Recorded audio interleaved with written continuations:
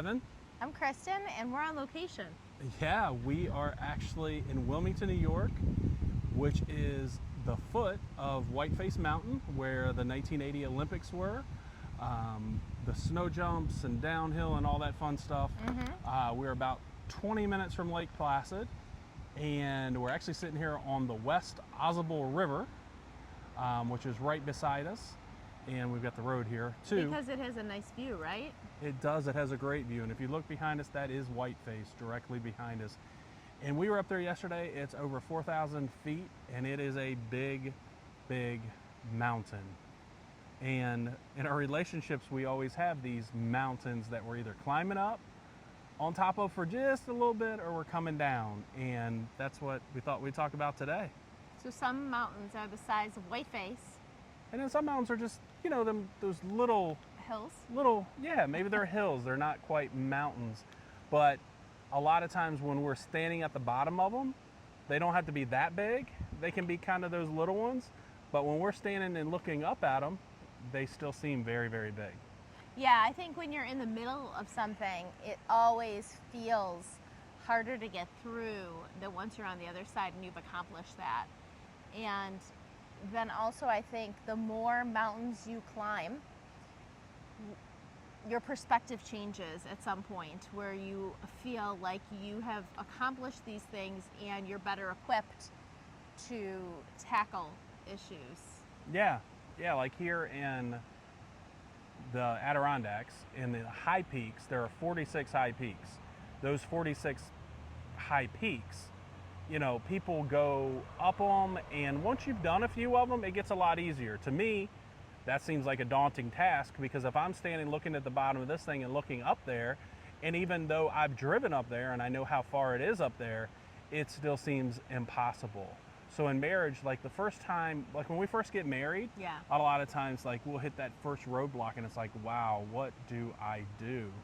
And a lot of people are just like, all right, well, you know what? The easiest thing's to go this way or go this way. Avoid it, which isn't good, because a lot of those things, especially if they're kind of those little bumps and everything, they're not going to go away. We can make that turn, but we're just going to come to another one along the way. Right. So that's really, really important. When we do face those mountains, we have to go over them. And the best way to go over them is together. That's Yeah. what God put us together for, because we're stronger as two than one. And we're not even two, We're we three. are three, right? And it says a three strand cord is not easily broken. And Yes. the third It's is Jesus. And it's sort of a great example because it shows us being three but being one. Yeah. Yeah, and that's kind of like the Father, Son, and Holy Spirit. Like God is three in one. He's triune. And that's a big one for anybody to wrap their head around. And I don't know if anybody really truly finally gets it. I mean, I think we can say, okay, we get it. He's three in one. He's Father, Spirit, and Son. He's eternal. He made everything. He came down and dwelled among us, put skin on as Jesus, and then he sent his Spirit after he went back up in the Spirit. But they're all the same. So God has always been there. He's eternal. He's always with us, and he will always be. Yeah. And sometimes it's hard, I think, to wrap your head around because we hear the story of Christmas with baby Jesus. And when you see a baby, you think, wow, that's the beginning. Yeah. But Jesus, it said, Jesus is the Word, and the Word was with God, and the Word was God. But also was there in the beginning. Yes. Which is the beginning of time. Yes. And I think we forget that. And when we look at it that way, when we look at it that, God is part of our marriage, God is part of our relationship, God has always been there. And if God has always been there, God's the same yesterday, today, and forever, that means he's always good. He's always going to be there. We can always count on him. If we put him in the center of our marriage, that means we have the stability in there. We don't have to worry like when we have a mountain to climb. Or same thing up on that mountain. It was snowing literally 3 weeks ago up there. We are at the midpoint going into the end of June, and it was snowing up there. There's always those storms. And he's always there in the storms. He's in the good, the bad. And that's the way our marriage is. He's always there with us, and our spouse is always there with us. And a lot of times we forget that. When we're facing that mountain, we want to do it ourselves. Or we think, oh, well, they're not gonna be there for me. Right. And that's actually a good point, because when you first get married, you make a covenant Hmm. with God. So he is there in the beginning of your marriage as well, Hmm. just like he was there in the beginning of time. And that first mountain that you have to overcome, he's there to lean on. Yeah. But sometimes we forget that. Yeah. Yeah, we do. I think the first mountain we have to overcome is ourself. That when we get married and two becomes one, we have to die to ourselves in a lot of ways, because what's ahead of us is better than what's behind us. God is forming that new path, and he has that vision for just our marriage. But if we choose not to engage, if we see that like, okay, well, I've got me and I got Kristen, but us is up here somewhere, and how do we get there? A lot of times it's like, well, if I just keep doing what I'm doing and she keeps doing what she's doing, and maybe we'll kind of meet somewhere along the way, and that just doesn't work. We have to No, be on that because you same might come path. closer, but then you also might veer to the side. But it's the selfishness, right? It's Yeah, dying to your own that's- selfishness, and that's the it. same thing. You're dying to that in marriage, but that's a good representation of your relationship with Christ. You have to die to your selfishness with your relationship with Jesus too. Yeah, always. And like that's that first big mountain that we have to do. Now, as we go along, like we've been married 25 years, there's been a lot of mountains. There's been a lot of ups and downs. Some are our own making. Yeah, sometimes we like just pile up stuff and make a mountain there that we wouldn't necessarily even have to deal with, but we did it to ourselves. Right. Sometimes there's those mountains right there in front of us, and we are so scared to face them that we'll do everything to run around from them, but it just doesn't work because they're always going to come back. It's like we're trying to run around something, but it keeps moving out in front of us. It's like I don't think we realize it might be a little mountain, but when we try to run around it, it just keeps kind of moving forward. And I think that's hard to understand too, because we want an easy path. We want things to be easy, and marriage is not easy. Like we need to go up those mountains, and we need to do it hand in hand, side by side, together. Yeah. Because if you don't have a mountain today, maybe you're coming down off one. Maybe you just had a really great, you were up at that peak and it was high and you're looking and everything looks great and wonderful, and then you start to go down. Well, you're gonna eventually hit the bottom, and that's normally not good because that's not where we want to be either. But when we get to the bottom, we got to start going back up. Yeah. Yeah. So that's a huge thing. And the other thing is, I'm sitting here and as I'm looking to the screen, one of my favorite things in the morning, especially on a cloudy morning, and when I'm praying and stuff, it's like you get to see the sun shining through those clouds. And you can see the sun over my shoulder starting to shine through those clouds, but that's exactly how God is in our marriage too. When we have Jesus in our marriage, when we face those mountains, when it looks really cloudy up there or awful, or if it's a cloudy day and things aren't going well and it's like rainy or whatever, we know the sun is behind those clouds. Yeah. We know that. Like that's scientifically proven nature. The sun never leaves. The earth spins, the sun never leaves. It's always there, and Jesus never leaves us. God's son never leaves us either. So when we have the sun in our marriage, it's the same thing. We might not be able to see him clearly all the time. We might not Or be able hear him. He or could be to quiet. hear him because maybe there's some thunder, maybe there's some wind, maybe there's whatever it is that's interfering with us hearing him. But we trust and we know that he is always there. And I think it's important when you think he's quiet to stop, get quiet yourself, and start to think back on the last thing that you did feel that he was speaking to you. Yep. Because he may still be at that last thing, but you have moved in a different direction and you think you're moving in the right direction, but you need to step back and make sure you're in obedience. Yeah, because a lot of times we're like, God, tell me what to do. I don't know what to do. What should I do? And he already told you what Yeah. to do, but you didn't like what he said. You didn't want to climb that mountain. You didn't want to face that argument. You didn't want to have that talk, that discussion. You didn't want to move. You didn't want to change a job. You didn't want to have a hard conversation with someone. Or maybe you didn't want to submit to someone that you know God has put over you. And all those things, when we hear him say those things, or we feel him, or whatever it may be, and we choose to go around that mountain, and then we're come back like, God, what do I do? It's like, wait a minute, I told you what to do. And a lot of times he will be quiet in those instances. And maybe it's your marriage, and maybe you're like, I don't know what to do. Like, I really don't know what to do. And if you think back and you look at it, and if you come together and you talk through it and everything, he already gave you the answer. He told you what you're supposed to be doing. He's given you your path. We have free will, so he doesn't ordain every one of our steps. He doesn't say you have to do this, this, this, or this. We have latitude and free will in there, but the end goal is the same. You know, your marriage, your life, everything, the end goal is to love people, to point them to Jesus and live the way he did. Yeah, that's good. Period. Yeah. So if you're not loving people, if you're not pointing people, if people don't see Jesus in you and your marriage and everything you do, then you need to step back and say, okay, where did I get off path here? And step back to the fully surrender. Like, you can take it right back to square one. Yeah.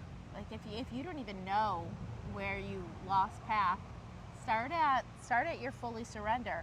I surrender this. I surrender this in my life. And you'll probably come to the sticking point. Yeah, yeah, and it's not hard if you go.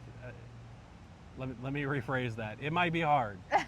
it might be hard, but it's simple. It's simple. And I think that's the other hard. thing. Life is hard. Marriage is hard. Relationships are hard. Following Jesus is hard. I mean, it was hard for him. He died for us. There's not much harder. And so it's not going to be easy. And it's very hard because chances are you're in a relationship with someone who's opposite of you. Yeah.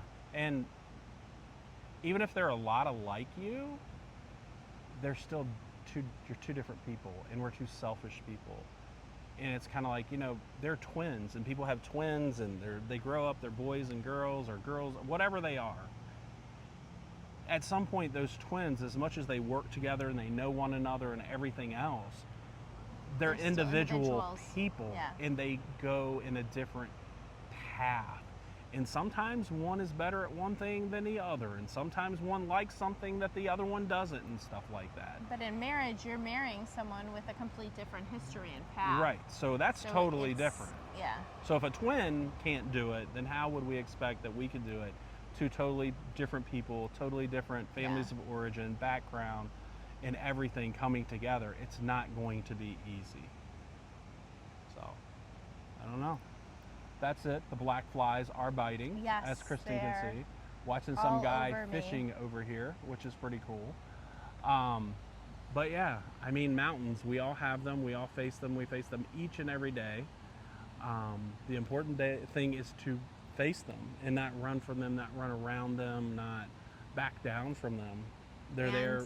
not pretend they're not there. Yeah. Yeah. Absolutely. Because a lot of times we want to do that. We want to be like, well, you know what? That thing's sitting there, but I'm just going to keep my head down. And I think that's one thing about following God too, and especially having him in your marriage. Like, you got to keep looking up. And you know, I was thinking yesterday when we were on Wayface, we drove up it, Mm-hmm. so we didn't have to climb it. Mm-hmm. But there was a path through it. Mm-hmm. There's a path that went to the middle of the mountain that took an elevator to the top. Mm-hmm. And I think sometimes when we have mountains, we would love to just sort of go through them and not go over them. But in reading how much it took to make that hole through the mountain, Mm-hmm. if you try and avoid your mountain and go through it, it's a lot harder than getting to the top. Yeah, absolutely. And that is, like, to get to that shaft in the middle of that mountain, they had to move, I forget how many, Oh, it was I forget. ridiculous. It was a ridiculous it was amount such a- of stone and the Yeah. time it took and everything like that. It was absolutely crazy to even think of. And back when they actually did it, they had horses and they didn't have the technology of today. And I think the rock inside that mountain was so heavy, they had to use like this insane amount of dynamite. Yeah, get through. it was. It was so much dynamite. It was everything. And It was crazy. We don't want those explosions No. in our marriage. But I think that when we face those mountains, those trials and everything, we just go back to James, and it said, "Consider it pure joy, my brothers and sisters, whenever you face trials of many kinds, And that's hard to consider your trial joy. because you know that testing of your faith produces perseverance. Let perseverance finish its work so that you may be mature and complete, not lacking anything. Right. And God like brings you through that and brings fruit in you. Yeah, and I think that's it. Like, we have to embrace those mountains. We have to meet the challenge together in our marriage, because as we persevere, it produces that good fruit, and it makes us a better husband, a better wife, a better example to those around us, and it makes our relationship stronger, not only with one another, but also with God. And a lot of times you can help people going through it after you have come out on the other end, Yeah, it's kind of like if you're climbing a mountain. I mean, especially mountains like this, or think of the people who climb Everest and stuff. They don't just go and say, you know what, I'm going to go over here and I'm going to climb this mountain. They have people that have already done it to guide them and help them through it. And that's what our job is as Christians, especially as married Christians. We say this all the time to people. You always want those people who are in front of you, behind you, right beside you, because you need people to lean on, lean into, who will help pull you up, push you up, who will come alongside you and everything else. And if you have people who have faced that mountain, who have climbed that mountain, or maybe they've climbed a couple of them, or if you're here in the Adirondacks, maybe they've climbed all 46, they're a heck of a lot more prepared to tell you how to, maybe not tell you, but come alongside you and guide you as you go up that mountain. Yeah, teach you how to get over that mountain. And we all need that in our lives. Oh, it's good. It's a good analogy. So I think that's it from Whiteface. It's beautiful here, Wilmington, New York. If you ever get here, if you ever get to the Adirondacks, this is right in the middle of Wilmington. That's Whiteface right behind us. One of Kristen's favorite places right down the road to eat breakfast. Adirondack Coffee Company. And you can get a full trout breakfast, some kind of Adirondack craziness. Adirondack Mountain Cafe. Mountain Cafe, which owns Adirondack Coffee Company. But you can get crazy good food here. Lake Placid's 20 minutes away. I mean, you climb that mountain, you're a lot closer to Jesus. Just saying. Have a great day, guys. We love you. Subscribe, like the video, share it, please. If you got any questions, if we can do anything for you, Kevin at marriageandthebuff.com. Have a great week, guys.